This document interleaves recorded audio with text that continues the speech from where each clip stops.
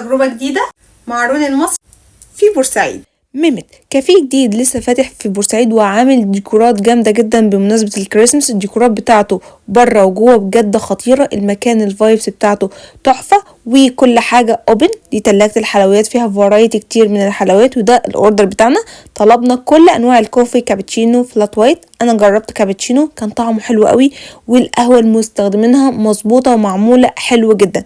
خش بقى على الحلويات، اخترت موز جالاكسي، وهنا كنت مصدومة يا جماعة.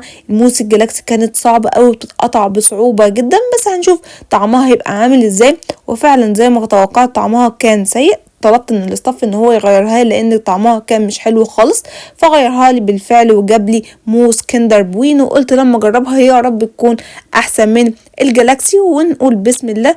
هي فعلا طلعت احسن بس مش احسن قوي. اتمنى يشتغلوا على الحلويات لان المكان جامد جدا. يا جماعة